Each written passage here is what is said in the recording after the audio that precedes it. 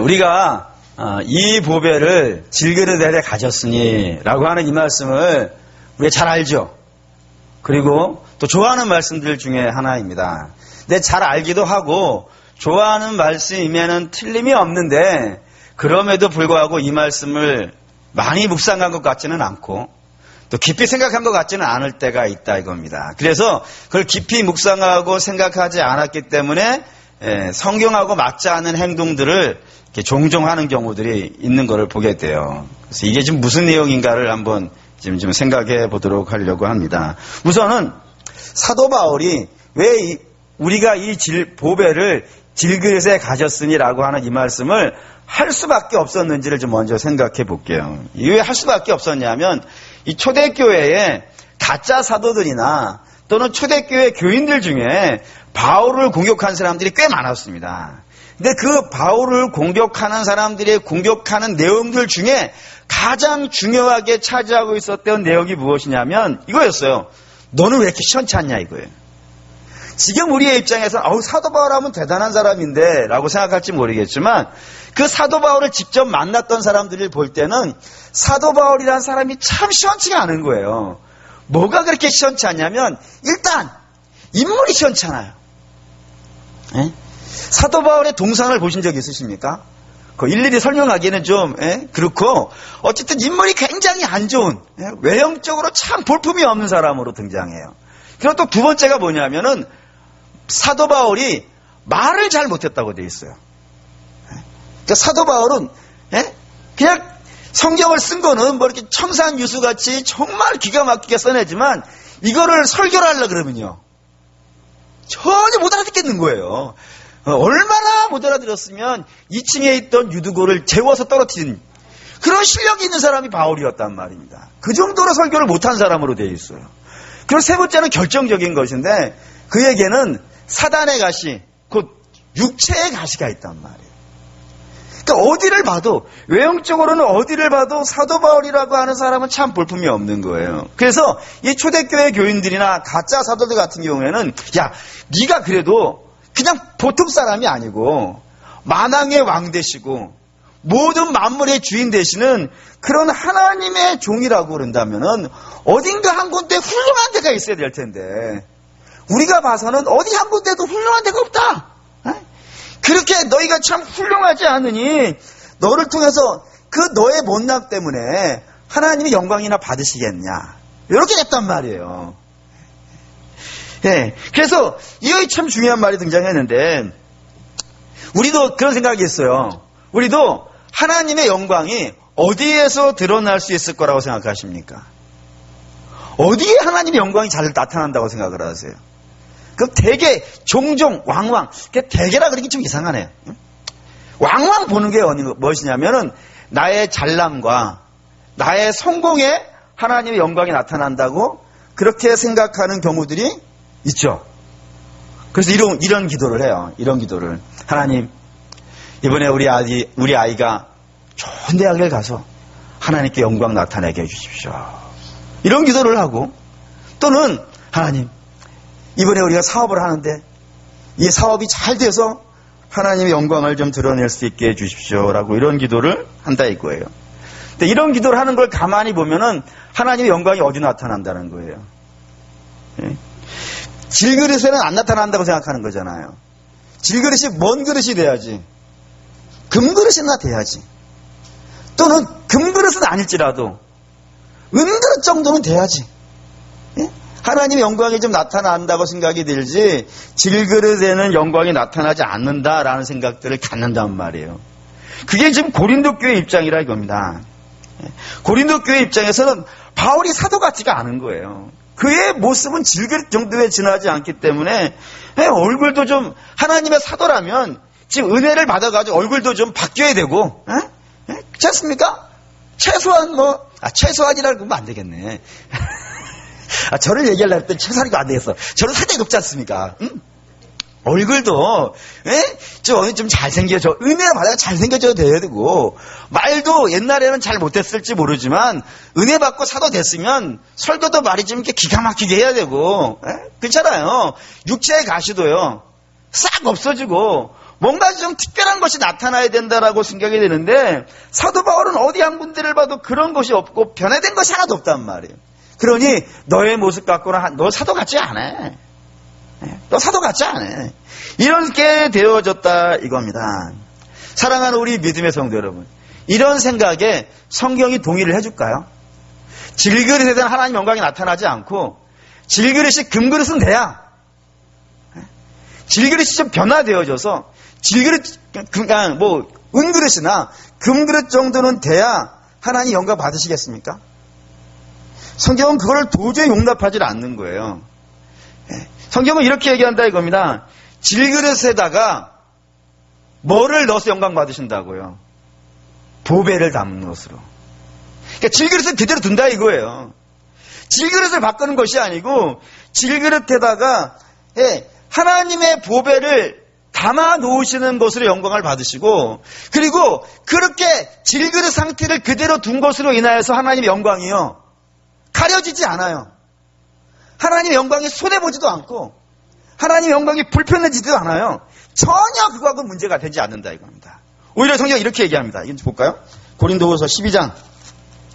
이게 가장 잘 나타나는 본문이라고 생각이 되는데 12장 7절에서 9절입니다. 12장 7절에서 9절 읽겠습니다. 여러 계시를 받은 것이 지극히 크므로 너무 자만하지 않게 하시려고 내 육체에 가시고 사단의 사자를 주셨으니 이는 나를 쳐서 너무 자만하지 않게 하려 하심이라. 이것이 내게서 떠나가게 하기 위하여 내가 3번 주께 간구했더니 나에게 이르시기를 내 은혜가 내게 족하도다. 이는 내 능력이 약한 데서 온전하여짐이라 하시는지라. 그러므로 우리가 크게 기뻐함으로 나의 여러 약한 것들에 대하여 자랑하리니 이는 그리스도의 능력이 내게 머물게 하려 함이라. 여기 이제 사도 바울이 육체의 가시의 문제를 가지고 이것 때문에 하나님 제가 제대로 못하겠습니다. 지금 사도가 육체의 가시 때문에 이 육체의 가시를 되게 많은 경우에 간질이라 그러거든요. 간질이라고요. 이게 간이 저는 옛날에 이 간인 줄 알았어요. 그게 여기 심장, 간 이런 건 간인 줄 알았었는데 간질환 이런 게 줄 알았는데 그 간이 그 간자가 아니라면서요. 무슨 간자예요? 이게 미친다는 뜻이래요. 그게 제가 여기 설교 끝나고 내려가서 여기서 앞에서 쓰러지는 거예요. 그럼 영광이 되겠어요? 안 되겠어요? 그런 마음이 들잖아요, 우리가. 그런데 사도 바울도 그런 마음이 들었었나 봐요. 그래서 하나님께 하나님 지금 은혜가 안 됩니다. 하나님 영광을 제가 쓰러지면서 가립니다. 그랬더니 하나님 뭐라 그러셨다고요? 야, 나 그걸로 하나도 가려지지 않는다는 거예요. 그거 괜찮다 이거예요. 그것 때문에 내가 하고자 하는 일에 문제 생기는 것도 없고 내 영광이 가려지지도 않고 오히려요. 그것 때문에 더 나았다 이거예요. 그것 때문에 우리 더 나았다라고 얘기한 거예요. 하나님은 질그릇을 금그릇으로 바꾸는 데는요. 별 관심이 없는 거예요. 하나님의 관심은 오로지 뭐에만 있는 거예요. 이 질그릇 안에 뭘 담아놨다고요? 그 보배에 있다 이거예요. 여기에서 하나님과 우리 사이에 좀 간극이 생겨버렸다 이거예요. 그러니까 하나님은 어디에 관심이 있으시냐면 보배, 질그릇을 바꾸는 것이 아니고 질그릇에다가 보배를 넣는 것에 관심이 있으시다 이거예요. 그걸 복이라고 생각하신다 이겁니다. 그럼 우리 여기서부터 얘기해보죠. 그럼 보배는 뭘까요? 우리 지금 보배를 정확히 알아야 필요가 있어요. 이 보배를 성경에 분명히 얘기를 하는데 이렇게 얘기를 하는 거 아니에요? 보시죠. 4장 7절에 이렇게 되어 있어요. 우리가 이 보배라고 되어 있다고요. 이 보배라고 하는 것은 이 보배가 어디에 앞에 있다는 얘기예요. 지금 내가 지금 읽어왔는데 그 앞에 이 보배가 있다 이거예요. 그게 어떤 보배냐면 6절이에요. 6절 그 앞에 6절 읽을까요? 6절 읽겠습니다. 어두운 데에 빛이 비치라 말씀하셨던 하나님께서 예수 그리스도의 얼굴에 있는 하나님의 영광을 아는 빛을 우리의 마음에 비추셨느니라. 여기서 보배가 보이시나요? 보배가 뭐라고 되어 있을 것 같으세요? 지금 말이 어려워서 이게 이건가? 라고 생각하실 수 있을지 모르겠지만 보배가 이 보배예요. 이 보배 6절에 있는 거라고요. 6절에 어떤 보배가 있냐면은 하나님을 아는 빛이라 이거예요. 하나님이 질그릇 같은 우리에다가 넣어놓으신 게 뭐냐면 하나님을 알게 해주셨다니까요. 이게 보배라니까요. 이게 보배. 다시 볼게요. 구약에도 똑같이 있어요. 구약에 볼 거예요. 예레미야 9장 23절에서 24절.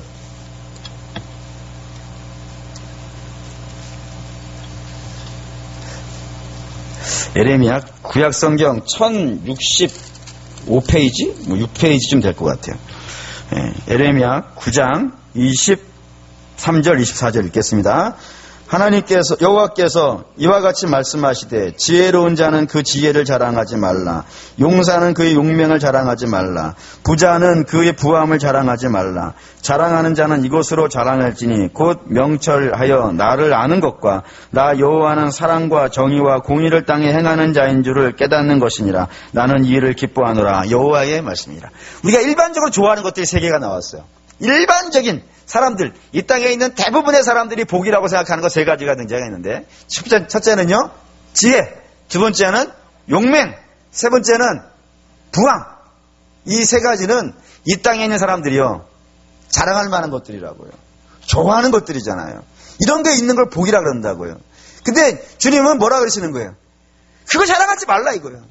그 복이 아니라서가 아니라 그것도 복이지만 그거는 아무것도 아닌 거예요. 그건 있어도 그만, 없어도 그만. 그건 전혀 문제가 안 된다는 거예요. 진짜로 중요한 게 뭐라고요? 하나님을 아는 거라고요. 하나님을 아는 게 복이라니까요. 이게 여러분 지금 공감이 되시나요? 우리가 생각하는 지금까지는 야 저게 복이야. 저것만 있으면 좋겠어. 저것만 했으면 죽어도 소원이 없겠어. 라고 생각했던 거는 그건 하나님이 기뻐하시는 복이 아니라 진짜로 중요한 복이 뭐라고요? 하나님을 아는 복이라고요. 이게 왜 복일까요? 왜 하나님을 아는 게 복일까요? 이걸로 얘기할까요? 이거 마태복음에 나와. 굉장히 중요한 말씀이에요. 마태복음 16장. 왜 하나님을 아는 게 복이냐면은 마태복음 16장 13절부터 있죠. 13절부터 16절까지. 마태복음 16장 13절에서 16절 읽겠습니다. 예수께서 빌립보 가이사라 지방에 이르러 제자들에게 물어 이르시되 사람들이 인자를 누구라 하느냐? 이르러 더러는 세례 요한, 더러는 엘리야, 어떤 이는 예레미야나 선지자 중에 하나라 하느냐이다. 이르시되 너희는 나를 누구라 하느냐? 시몬 베드로가 대답하여 이르되 주는 그리스도시요 살아계신 하나님의 아들이십니다. 여기 이제 예수님이 제자들에게 야 사람들이 나를 누구라고 부르느냐? 하느냐라고 물으셨어요. 왜 이 질문을 하시냐면 이 질문을 한 곳이 중요해요. 어디라고 되어 있습니까? 가이사라 빌립보라고 되어 있어요. 왜 가이사라 빌립보에서 이 대화를 하게 되냐면 가이사라 빌립보에 살고 있는 사람들은 신심이, 종교심이 매우 강한 사람들이라고 되어 있다고요. 그래서 자기들로 거기다가 뭐를 지었냐면 만신전이라고 하는 신전을 지었단 말입니다. 그래서 우리는 지혜롭고 실력이 있어서 이 땅에 있는 모든 신을요 다 안다라고 그랬다니까요. 이 땅의 신은 다 알고 있기 때문에 그 신을 위해서 신전을 짓는다 라고 해가지고 가이사라 빌립보에다가 어마어마한 신전을 지었단 말입니다. 제가 가서 봤어요. 엄청난 큰 신전. 지금은 다 무너졌고 동굴만 3개가 있어요. 그 동굴 3개를 동굴 있는데 그 앞에다가 건물을 지어가지고 그거를 만들어 놓은 거란 말입니다. 어마어마하게 큰 신전을 짓고 우리는 모든 신들을 다 안다 라고 얘기했단 말입니다. 그래서 그런 사람들이 있는 땅에 와가지고 예수님이 제자들에게 물으시는 거예요. 야, 이 땅에 종교심이 많고 그리고 신들을 많이 한다고 하는 이 사람들인데 이 사람들이 나를 누구라고 하냐 했더니 뭐라 그랬다고요? 세례 요한이라고 한 자도 있고 또 엘리야라고 하는 사람도 있고 또요 예레미야나 선지자라고 말한 사람이 있다고요. 대단하다는 거예요? 안 대단하다는 거예요? 예, 대단하죠? 얼마나 대단한 사람들이에요? 구약을 대표하는 대단한 사람들이 이런 사람들이지 않겠습니까? 그런 사람들이라고 얘기했다고요. 근데 여러분 이게 맞아요? 틀려요? 아니잖아요. 예수님은 예레미야 정도가 아니에요. 예수님은 세례요한 정도가 아니라고요. 예? 그런 사람들을 종으로 부리시는 분이란 말입니다. 예? 그런데도 불구하고 이 세상의 지혜로는요. 예수님을 아는 것이 이 정도밖에 안 돼요. 많이 쳐줘서 나는 신들을 다 안다라고 하는 그 종교심과 뭐 신학적인 지식이 어마어마한 사람이라 하더라도 그들이 자기의 실력과 자기의 능력으로 알아낼 수 있는 수준은 예수님은요, 위대한 사람인 거예요. 위대한 사람. 그 정도까지는 할 수 있을지는 모르겠지만 정답을 맞힐 만한 능력이 그들에게는요, 없다 이거예요. 근데 베드로가 그랬단 말입니다. 뭐라고요? 주는 그리스도시요 살아계신 하나님의 아들이십니다라고 정확하게 이야기를 한 거예요. 그러자 예수님이 17절에 이렇게 말씀하시는 거예요. 네, 읽겠습니다. 예수께서 대답하여 이르시되 바요나 시몬아 내가 복이 있도다. 이를 내게 알게 하신 이는 혈육이 아니요 하늘에 계신 내 아버지시니라. 주께서 놀라시면서 얘기하시는 거예요.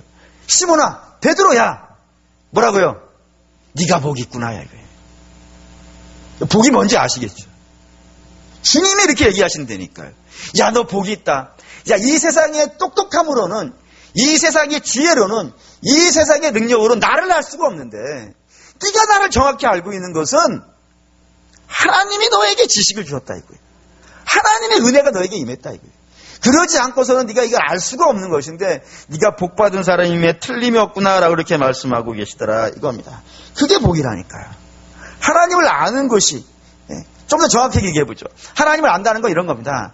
우리가 하나님이 어떤 분이신지를 알고 그냥 단지 지식으로 아는 것이 아니라 하나님이 어떤 분이신지를 경험을 통해서 알게 되어지고, 그리고 하나님이 좋아하시는 것이 무엇인지를 알아서요, 그 좋아하시는 것에는요 순종할 수 있고, 하나님이 싫어하는 것에 또 알아서요 싫어하는 것은요 거절할 수 있고요, 하나님을 예배할 수 있고요, 하나님을 전할 수 있고요, 하나님께 교제할 수 있고요. 이게 다 하나님을 아는 지식 안에 포함되어지는 내용이들이야 이겁니다. 이런 것들을 할 수 있다는 것 자체가 어마어마한 거라 이거예요. 왜 그러냐면은 하나님은 옆집의 아저씨 정도 되는 분이 아니기 때문입니다. 하나님이라면 어떤 분이시냐면 천지를 창조하신 분이고 역사를 주관하시는 분이시잖아요. 그리고 죄인들을 구원해 내실 수 있는 분이고, 그 하나님은 내가 끝하고 말하면요 어떠한 나라도 끝나버리는, 심지어는 이 세상까지도 끝내버리실 수 있는 유일한 심판자 되시는 분이라 이겁니다. 그런 분을 안다는 거예요. 그런 분을 알고 그런 분과 교제하고 그런 분과 사랑을 하고요, 그런 분에게 예배를 하고 그런 분들을 섬길 수 있고, 이것보다 더 큰 복이 있겠습니까? 옆에 있는 분에게 얘기해 보시죠. 수요 예배를 나온 걸 보니까 당신은 복받은 자임에 틀림없습니다. 그게 복이라니까요. 진짜 답답합니다. 뭐가 되는 게 복이 아니고, 그건 될 수도 있고요, 안 될 수, 여러분에게 나쁘다 그런 게 아닙니다. 여러분들이 돈 벌 수 있는 기회가 오면 돈 버시는 거예요. 출세하는 길이 열리면 출세하시는 것이고, 좋은 대학 가는 게 왜 나쁘겠습니까? 그게 중요한 거이다 해요. 그런데 그것과 하나님을 아는 것과 비교한다 그러면요 비교가 안 되는 거예요. 왜냐하면 우리는 좋은 대학 간 것으로 천국에 못 간다니까요. 여러분들이 세상에 모든 돈을 다 가지고 있다 그래가지고 그걸로 천국 못 가잖아요. 그거 우리 주님이 알려주신 적 있지 않습니까? 부자와 거지 나사로. 어마어마한 재산을 가지고 있어도 천국에는요 발걸음도 디디지 못하는 거예요. 세상의 지혜로도 못 가고요, 세상에 용맹 있는 사람이라서 대단한 장수라 그래서 천국을 따낼 수 있겠습니까? 천국에 가서 자기 칼로 가가지고 빼앗을 수 있겠습니까? 어느 것으로도 불가능한 거예요. 근데 우리가 어찌 그런 복을 받았는지 예수님을 알고 있다니까요. 지금 이보다 더 큰 복이 어딨냔 말이에요. 주께서는 그걸 복이라 그러시는 거예요. 질그릇을 금그릇으로 바꾸는 것이 복이 아니라 하나님을 알고 있는 것. 이 질그릇 같은 내가, 대단치 않은 내가, 남들에 비해서 보잘것없고 아무것도 없는 내가 예수님을 알고 있고 그 예수님을 전하고 있다는 자체가 그걸 복이다라고 얘기해준단 말입니다. 하나님은 이걸 복이라 그러는데, 우리는 자꾸 뭐를 복이라 그러냐면 질그릇을 금그릇으로 바꾸는 걸 자꾸 복이라 그런다 이거예요. 그 욕심과 바램이라 그런다. 그 욕심 앞에 누구마저도 굴복시키게 원하는 거예요. 하나님마저도 굴복시키려고 그런다고요. 그래서 하나님이 내 욕심대로 안 해주시면 시험 들었다 그런다니까요.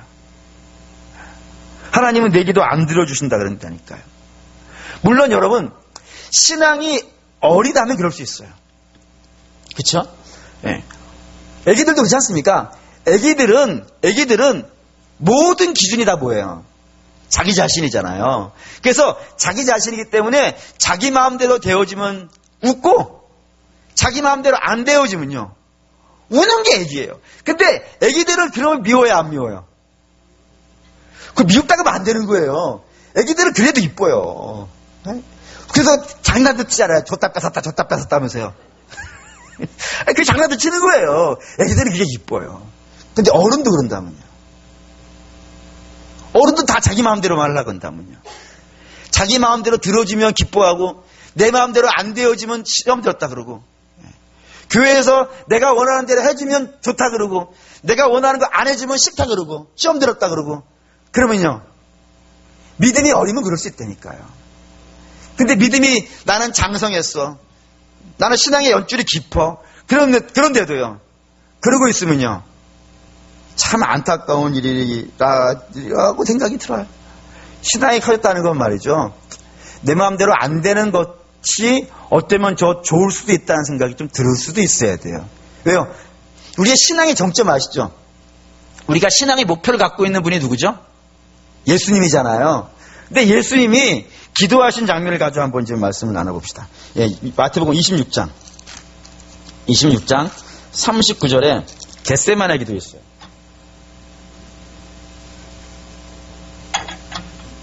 26장 39절 읽겠습니다. 조금 나아가사 얼굴을 땅에 대시고 엎드려 기도하여 이르시되 내 아버지여 만일 할만하시거든 이 잔을 내게서 지나가게 하옵소서. 그러나 나의 원대로 마시옵고 아버지의 원대로 하옵소서. 여기에 재밌는 기도잖아요. 예수님의 마지막 기도를 재밌다고 막 예수님 피 흘리는 기도를 재밌다고 참 죄송합니다. 하지만 우리가 신앙을 공부하는 데 있어서는 참 의미가 있어요. 예수님 이렇게 기도하시는 거예요. 맨 처음에 한 기도는 뭐예요? 내 뜻대로 해주셔야잖아요. 우리 그렇게 기도할 수 있다니까요. 나쁜 기도라고 말씀드리는 거 아니에요. 근데 신앙이 어린 사람들은 여기서 끝나는 거예요. 내 뜻대로 해주시옵소서, 여기서 끝내는 거예요. 근데 예수님은 거기서 끝내지 않고 어디까지 가시는 거예요? 내 뜻대로는 안 되더라도 아버지의 뜻대로 되기를 원하나이다, 이쪽으로 가고 있단 말이에요. 이쪽에 와 있단 말이에요, 예수님은. 그럼 우리의 기도도 어떻게 돼야 되는 거예요? 예, 아버지의 뜻으로 가는 그 기도를 할 수 있어야 된다 이겁니다. 근데 아버지가 기뻐하시는 게 뭐라고요? 하나님을 아는 지식이라니까요. 그 우리도 우리의 복의 기준을 이 세상에서부터 질그릇이 금그릇이 되는 정도로 끝낼 것이 아니라, 내가 비록 질그릇으로 남아있다 하더라도 내가 복이 없는 사람이 아니라니까요. 내가 좀 병들고 내가 좀 아프고 그럴 수 있다니까요. 내가 내 자녀가 좋은 대학 갈 수도 있고 좋은 대학 못 갈 수도 있고요. 사업이 잘 될 때도 있고 좀 안 될 때도 있을지 모르겠어요. 근데 그걸 갖고 낙심하거나 실망하지 마시고, 내가 그런 상황에 있다 하더라도 내가 예수님을 알고 있다니까요. 내가 예수님께 예배를 드리고 있고 예수님으로 인하여서 기뻐하고 있고, 이게 다 어디서부터 왔다는 거예요? 하나님으로부터 온 거란 말이에요. 하나님 여전히 나를 붙잡고 계시고 내게 여전히 성령을 부으시고 있지 않는 이상은 그런 일이 발생되지 없다 이겁니다. 그래서 사랑하는 믿음의 성도 여러분, 내가 어떠한 형편에 있다 이걸 생각하지 않으셨으면 좋겠어요. 신앙의 핵심이라는 건 그런 데 있지 않습니다. 신앙의 핵심이라는 것은 내가 어떠한 환경과 어떠한 상황에 놓여 있다 하더라도 그 상황 한가운데에서 내가 하나님을 알고 있고 하나님을 예배하고 있고 하나님을 즐거워하고 있고 하나님을 위해서 만족하고 계시다면 여러분들이 이미 복 받았다는 증거예요. 그것을 가지고 여러분들이 복 있다는 것을 채점하시고 점검하시는 여러분 되시길 바랍니다. 근데 우리의 신앙은 여기서 멈추면 안 되고 하나 더 가야 돼요. 하나 더 가야 되는 것은, 그러면 왜 하나님은 질그릇을 금그릇으로 바꾸시는 것으로 영광을 받으시는 것이 아니라 질그릇 안에다가 보배를 담으시는 것으로 영광을 받으신다라고 이렇게 얘기할까요? 이렇게 말씀을 전하고 있을까요? 거기 참 중요한 이유가 있습니다. 다시 한번 좀 고린도후서 4장 7절을 좀 더 읽어보도록 하겠습니다. 고린도후서 4장 7절 다시 한번 읽도록 하겠습니다. 읽습니다. 우리가 이 보배를 질그릇에 가졌으니 이는 심히 큰 능력은 하나님께 있고 우리에게 있지 아니함을 알게 하려 하십니다. 뭐 때문이라고요? 큰 능력이 어디 있음을 알게 하려고요? 하나님께 있음을 알게 하려고 이렇게 하신다 이겁니다. 이게 참 중요한 생각이에요. 이게 중요한 생각인 것은 이 영적인 세계에는 지금 아주 좀 우리가 일반적으로 논하면 잘 말이 안 맞는 논리가 하나가 있어요. 그게 뭐냐면 믿음의 세계에서는요, 내가 높아지면 누가 낮아질 것 같으세요? 하나님이 낮아져요. 반면에 하나님이 높아지면요, 내가 낮아지는 참 묘한 세계가 여기 있어요. 그래서 하나님이 높아진 곳에는 생명의 역사가 나타나고요, 하나님이 낮아진 곳에는요, 사망의 역사가 춤을 추는 것을 있어요. 여기 가장 대표적으로 등장하는 인물이 누구냐면 성경에 기드온이라고 하는 사사 기드온 이야기가 있어요. 이게 참 재밌는 것이 뭐냐면 기드온이라는 사람은 용맹한 사람일까요? 아니면 쫄짱보였을까요? 네, 쫄짱보였습니다. 뭐를 보면 그가 쫄짱보였다는 사실을 아냐면은 이 원수가 미디안인데 미디안이 언제 쳐들어오냐면 곡식을 좀 타작할 때쯤 쳐들어오는 거예요. 그러니까 곡식이 눈에 보이면 공격해 오는 거예요. 그래서 이게 기드온이 이 곡식 타작을 어디 가서 하냐면은 술틀에 들어가서 하는 거예요. 이게 정말로 웃긴 거예요. 왜냐하면 이 유대인들이 가지고 있는 술틀이라는 건 포도주 틀이거든요. 포도를 가지고 포도주를 만들려면 어디다가 집어넣냐면 좁고 깊은 곳에다가 포도를 잔뜩 넣는 거예요. 그리고 거기 들어가서 포도를요, 밟아서 즙을 빼내는 것으로 한단 말입니다. 그런데 이 포도를 넓은 데다가 집어넣으면 어떻게 되겠어요? 밟아야 되는 게 많아지잖아요. 많이 돌아다녀야 되지 않겠습니까? 근데 좁은 데다 넣어놓으면요, 많이 안 밟아도 그냥 팡팡 밟기만 하면 나올 것 아니겠어요? 그게 힘이 덜 드니까 좁은 틀에다 넣는단 말이에요. 근데 밀을 타작할 때는 좁은 데다, 막힌 좁은 데에서 하면 되겠어요? 안 되겠어요? 안 되겠죠? 그건 터지고 넓은 데에서 해야 돼요. 왜냐하면 밀을 까가지고 쭉정이는요, 날려야 되기 때문에, 알곡만 남기기 때문에 넓은 곳에서 해야 된단 말이에요. 근데 이 기드온은 어디 가서 했다고요? 포도즙 틀에 들어가서 그 좁은 데 가가지고 하나씩 까고 있는 거예요. 하나씩. 잘 이해가 안 되시면 여러분, 쌀을 사다가 그 도정하지 않은 쌀,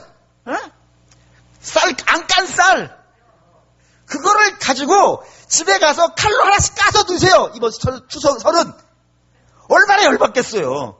근데 그거를 기도를 하고 있는 사람이니까요, 그 좁은 데 들어가지고 가려주고 밀 하나 까고 옆에 놓고 밀 하나 까고 옆에 놓고 이러고 있었다니까요. 얼마나 쫄창부예요. 뿐만 아니라, 근데 그런 사람이 어떻게 사사가 된 거예요? 하나님이 찾아오시잖아요. 그래서 양털을 적셨다가 말렸다가 이러잖아요, 하나님이. 뿐만 아니라 그 기드온이 어떻게 미디안 족속을 이기냐면은 몇 명 갖고 싸우는 거예요? 300명 갖고 싸우는 거예요. 300명 갖고 싸웠다는 것은 적은 얼마만큼 있었는데요? 해변에 모래같이 있었다니까요. 해변에 모래같이 있었던 사람들과 300명 갖고 싸웠다는 것은 300명이 아무리 대단한 자들이라 해도 이길 수 있겠어요, 없겠어요? 못 이기는 거예요. 전부 다 작잖아요. 기드온이라는 사람도 쫄짱부고 기드온이 데리고 있던 사람들도 몇 명 되지 않은 거예요. 이렇게 사람의 영광이 낮아지니까 이 싸움은 누가 이겼다는 거예요? 그래서 하나님이 이겼다는 거예요. 그러니까 사람이 작아지니까, 그렇게 작아진 곳의 승리는 하나님밖에 나타나지 않으니까 하나님의 영광만 쫙 드러나잖아요. 이 싸움을 하나님이 하신 것이고, 그러니 승리가 있어요, 없어요? 승리가 나오는 거예요. 그런데 뒤에 이 기드온의 후반부에 어떤 일이 벌어지냐면, 이 모든 영광을 하나님이 받으셔야 되는데 이 영광을 도중에 가로챈 사람이 생겼어요. 누구죠? 그게 기드온이에요. 기드온이 가르쳤어요. 어떻게 가르쳤냐면, 기드온이 300명 갖고 미디안이 어마어마한 군사들을 무찔렀으니까 백성들이 볼 때는 이 기드온이 실력 있어처럼 보인 거예요. 그래서 기드온에게 가가지고 얘기를 해요. 당신이 우리의 왕이 돼달라고. 당신이 우리 왕이 돼달라고. 그래서 우리 다스려달라고. 그러면 정상적인 상황이라면 어떻게 해야 되는 거예요? 이게 비슷한 장면이 하나가 있죠. 예수님이 오병이어를 하셨어요. 그러니까 사람들이 맨날 굶다가,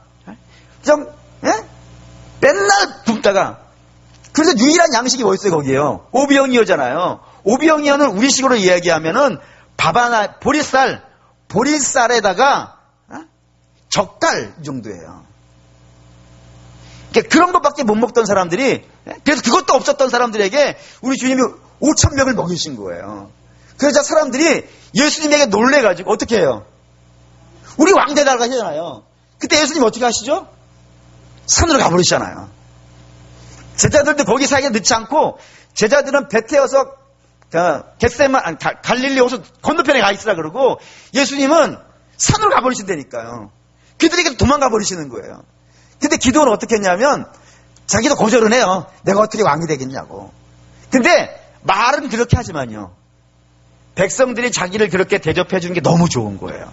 그래서 뭐를 하냐면 금으로 에봇을 만들어요. 에봇을요. 에봇이라고 하는 건 제사장이 입는 옷이에요. 제가 성찬할 때 나눈 그런 옷이 에봇이에요. 그 에봇을 금으로 만들어가지고 자기 집에 딱 갖다 놨다고요. 제사장이 입는 옷인데 자기가 만들어가지고 자기 집에 갖다 놨다니까요. 그리고 그 앞에 가서 하나님께 기도하는 거예요. 하나님. 아니 에봇이 하나님이 아니잖아요. 옷이 무슨 하나님이 쓰겠어요. 근데 그 앞에 가서 하나님 우리가 이번 전쟁에 나가면 이길까요? 질까요? 여러 가지 하고 있는 거예요. 그러니까 백성들이 그리 오는 거예요. 와가지고 자기의 인생사를 물어보는 거예요. 기드온님, 왕이라고 할 수는 없으니까 기드온님, 우리 아이가 이번에 대학 가겠습니까? 에봇 앞에 가서 하나님, 이 아이가 대학 가겠습니까? 그러면 하나님이 얘기하겠어요? 안 하겠어요? 기드온이 얘기해 주는 거예요. 너 대학 간대? 이렇게 얘기하고 때릴까요, 진짜? 보시죠. 여러분들의 얼굴이 전혀 안 믿어주시는 얼굴인데. 사사기 8장 27절.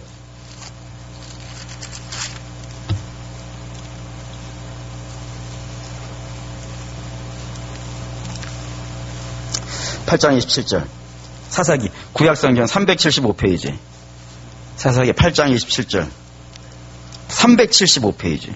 8장 27절 읽겠습니다. 기드온이 그 금으로 에봇 하나를 만들어 자기의 성읍 오브라에 두었더니 온 이스라엘이 그것을 음란함이 위함으로 그것이 기드온과 그의 집에 올무가 되니라. 예, 그렇게 했다니까요. 그래서 백성들을 다 자기에게 묶어놨다고요. 이 백성들은 누구에게 보내줘야 되는데요? 하나님께 가야 된다니까. 하나님이 영광 받으셔야 된다니까요. 근데 기드온이 자기에게 다 붙잡아 놓고 자기 이름을 높였어요. 그러자 어떤 일이 벌어졌겠습니까? 놀라운 일들이 그 위에 발생이 돼요. 그러니까 하나님이 높아진 곳에서는 전쟁의 승리가 있고 영광이 나타나지만 사람이 높아진 곳은 이런 일이 발생돼요. 넘겨보시면 8장 30절. 8장 30절. 읽겠습니다. 기드온이 아내가 많음으로 그의 몸에서 낳은 아들이 70명이었고 이게 지금 무슨 얘기하려는 거냐면 그냥 처첩이 많다 이런 정도의 얘기가 아니라 기드온이 지금 왕노릇하고 있다는 거예요. 하나님의 모든 영광을 그가 가져갔어요. 여러분 사람이 하나님의 영광을 가져가면 그의 삶이 평화하지 않습니다. 하나님만 영광 받으셔야 돼요. 왜요? 큰 능력이 누구에게 있으니까요? 하나님에게 있으니까요. 하나님만 영광 받으셔야 되는데 그 영광을 자기가 다 차지한 거예요. 그러자 뭐 당연히 그 뒤에 어떤 일이 벌어지겠어요. 이런 일이 막 뒤에 또 생겨요. 뭐 뒤에 여러분 이제 보시면 아시겠지만 이 기드온의 아들 중에 아비멜렉이라는 아들이 있어요. 이 아들이 지가 왕이 되려고 아버지가 가지고 있던 그 왕위를 자기가 차지하려고 기드온의 아들인 70명을 다 죽여요. 기드온이 죽자마자 그런 일이 벌어져요. 뿐만 아니라 그렇게 음란하게 기드온을 따라다녔던 백성들은요. 이 아비멜렉이 다스리는 그 악한 통치에 신음하고 고통받게 되어져요. 항상 그런 식이라니까요. 사람이 높아지는 곳에는 하나님이 영광 받으셔야 되는 자리에 사람이 영광을 받고 사람이 그 자리를 차지하면은 거기가 다 무너진다고요. 그건 사도 바울도 마찬가지입니다. 사도 바울도 여기 다시 한번 보실까요? 고린도후서 12장하고 아까 읽었었는데 고린도후서 12장 7절 한번 볼까요? 12장 7절 있죠? 여러 계시를 받은 것이 지극히 크므로 너무 자만하지 않게 하시려고 내 육체에 가시고 사단의 사자를 주셨으니 이는 나를 쳐서 너무 자만하지 않게 하려 하십니다. 똑같은 말 두 번 나오면 중요하다 그랬죠. 그게 뭐라고요? 자만. 자만이라는 뜻이 뭐냐면 스스로 높인다는 것이에요. 그러니까 바울도 그럴 수 있다는 거예요. 바울도 자기 마음대로 다 하기 시작하면은 그도 역시 어느 영역 아래에 있는 사람이니까요. 죄의 영역 아래에 있는 사람이기 때문에 그도 자만하게 되어지고, 자만하게 되어지면 두 가지가 문제가 생긴다니까요. 자기도 망하고 그 밑에 있는 사람도요 망한다고요. 목사님, 사람을 그렇게 너무 깎아내리셔가지고 좀 그렇습니다. 생각해서 혹시 여러분 이렇게 자꾸 죄를 이야기하고 사람이 별 볼 일 없는 자라고 이렇게 얘기하는 것에 대해서 자존심 상하십니까? 여러분, 그건 자존심 상할 문제가 아닙니다. 여러분, 사실인 거예요. 사실이에요. 여러분, 그게 사실을, 목사는 사실을 얘기해야 돼요. 그건 의사도 마찬가지죠. 병원에 환자가 왔는데 이 사람 중병에 걸렸어요. 당장 뭐 예를 들어 담배를 끊지 않으면 이 사람 큰 병 생길 것 같아요. 그러면 뭐라고 얘기해야 되는 거예요? 그 끊으라고 얘기를 해야 돼요. 당신은 계속하면 죽는다고. 정말 가슴 아프지만 그렇게 좀 세게 이야기할 필요가 있어요. 그래야 되는 거예요. 그러지 않고 괜찮아요. 뭐 별것도 아닌 거 가지고 뭐 알아서 하세요. 이러면요. 그 죽이라는 얘기잖아요. 그래서 목사도 마찬가지. 사실을 얘기해야 돼요. 사실은 사람은 정말로 별 볼 일 없어요. 사람에게는 큰 능력이 없어요. 오히려 어쩌면 사람이 이 땅에 있는 모든 피조물 중에서 제일 악해요. 제일 악해요. 어느 분이 한 책을 읽었어요. 거기에 이런 내용이 있더라고요. 사람이 이 땅에 있는 모든 피조물 중에 제일 악하다는 거예요. 우리가 금수마도 못하다는 말을 쓰게 되는데, 금수마도 못한 것이 그건 어느 특별한 사람들이 아니라 실제로 모든 사람이 그렇다는 거예요. 그래서 이게 무슨 근거로 이렇게 얘기 안 했더니 이런 내용이었어요. 짐승은 자기가 배고프지 아니하면 죽이지 않는데요. 그러니까 자기 배를 채우는 만큼만 먹는다는 거예요. 근데 사람은요, 절대로 그렇지 않는다는 거예요. 자기 배하고 관계없이도 죽일 수 있는 자들이라는 거예요. 그러니까 배불러도 죽일 수 있다는 거예요. 뿐만 아니라 이런 것도 있대요. 짐승들은 동족들 간에는 치명상을 입히지 않는데요. 예를 들어 짐승들이 자기 사자와 사자가 싸울 때는 뭐 때문에 싸우냐면은 자기 영역을 차지한다든가 또는 암컷을 차지하기 위해서 싸운대요. 근데 그걸 절대로 치명상을 입히지 않는다는 거예요. 그 싸움이 끝나는 시점이 있다는 겁니다. 어디에서 끝나요? 내가 저보다 약하다 하면 도망간대요. 그럼 그걸로 끝난대요. 절대로 쫓아가지 않는다는 거예요. 도망가는 걸로 끝난대요. 근데 사람은요, 도망가는 걸로 끝내지 않아요. 가서 그걸 죽여요. 그걸 보복을 해요. 보복을 하는 유일한 존재가 사람이래요. 그리고 상대에게 치명상을 입히지 않고서는, 이런 말 쓰지 않습니까? 내 눈에 눈물 나면 네 눈에는 피눈물 나야 돼. 요걸 할 수 있는 것은 사람만 그렇게 한다는 거예요. 다른 어떤 짐승도 그렇게 하지 않는다는 겁니다. 사람에겐 선한 것이 없어요.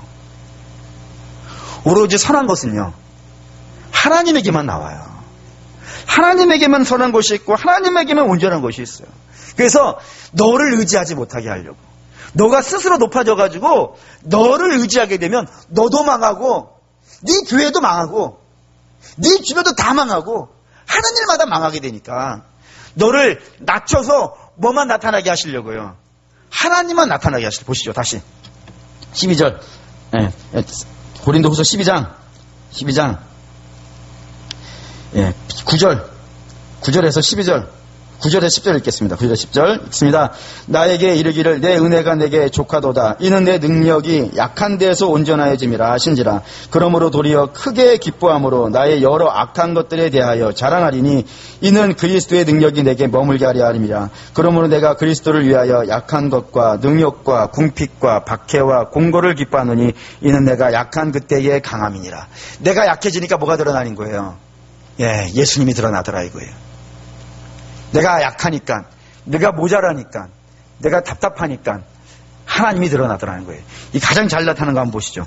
디모데전서 1장. 바울이 이런 사람이라는 것을 좀 볼 필요가 있습니다. 디모데전서 1장 12절에서 16절까지 먼저 읽을게요. 16절까지. 16절까지 읽겠습니다.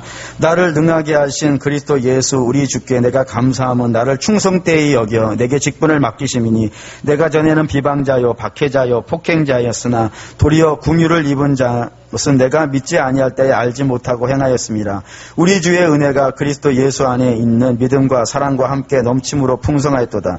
미쁘도다 모든 사람이 받을 만한 이 말이요 그리스도 예수 안에서 죄인을 구원하시려고 세상에 임하셨다 하였도다. 죄인 중에 내가 괴스로다. 그러나 내가 긍휼을 입은 까닭은 예수 그리스도께서 내게 먼저 일체 오래 참으심을 보이사 후에 주를 믿어 영생 얻는 자들에게 본이 되게 하려 하심이니라. 이게 무슨 말이냐 이런 겁니다. 간혹 어떤 분들이 이런 얘기를 해요. 사도 바울은 하나님께서 좀 특별하게 생각해가지고 예수님이 직접 나타나신 사람이라고. 그래서 다메섹도상에 예수님이 사울아 사울아 내가 나를 어찌 핍박하느냐 이렇게 하신 것은 사도 바울이 특별한 사람이기 때문에 하나님이 이렇게 대접해 주신 것이다라고 생각하시는 분들이 종종 있어요. 근데 사도 바울은 그렇게 생각하지 않는 거예요. 사도 바울은 예수님이 왜 자기에게 나타났냐면 나는 누가 전도해서 교회 올 사람이 아니기 때문인 거예요. 나는 사도 정도가 와서도 회개하지 않을 사람인 거예요. 다시 말하면 뭐라는 거예요? 나는 죄인 중에 괴수인 거예요. 나는 악한 자 중에 최고로 악한 자예요. 죄인 중에 최고 골수분자라 가지고 목사가 와서 전도해도 안 되고 사도가 와서 전도도 안 될 정도로 아주 악한 자라는 거예요. 그래서 예수님이 오셨다는 겁니다. 그러면 여러분들은 누가 전도돼서 왔다 그러면요 사도바보다 낫다는 거예요. 이게 안 믿어지시나요? 여러분도 악질 중에 악질이어가지고 예수님이 나타나셔야 되는 거예요? 그렇지 않다는 거예요. 그러니까 사도 바울이 나같이 이렇게 예수님이 직접 나타나셔야만이 비로소 회개하는 그런 죄인 중에 최고의 죄인들도 주님이 나를 어떻게 하셨다고요? 용서하셨다고요. 용서하시는 것으로 끝나지 않고 뭐까지 시키셨다고요? 충성되이 여기셔가지고 사도까지 맡겨주셨다고요. 그러니 그 예수님이란 분은 어떤 분이라는 거예요? 기가 막히게 좋은 분 아니냐는 거예요. 이해가 되시나요? 그러니까 사도 바울은 자기가 이렇게 악한 자라는 것으로 내려놓으니까 주의 영광이 쫙 드러나고 주의 영광이 쫙 드러나니까 우리도 주님 앞에 들어갈 자리가요 생기잖아요. 그러니까 사도 바울이 높아지면 우리는 들어갈 자리가 없어요. 아, 예수님도 사도 바울쯤 되는 사람이나 좋아하시지. 나 같은 사람 볼품 없어지는. 이렇게 되는 거예요. 그럼 나는 예수님께 나갈 자리가 없어요. 근데 사도 바울이 자기를 확 낮추고 주님의 영광만 쫙 드러내니까요. 아, 우리는 훨씬 나은 사람 같잖아요. 얼마나 사랑받는 사람같이 보이지 않습니까? 그 성경은 항상 우리에게 이렇게 얘기해요.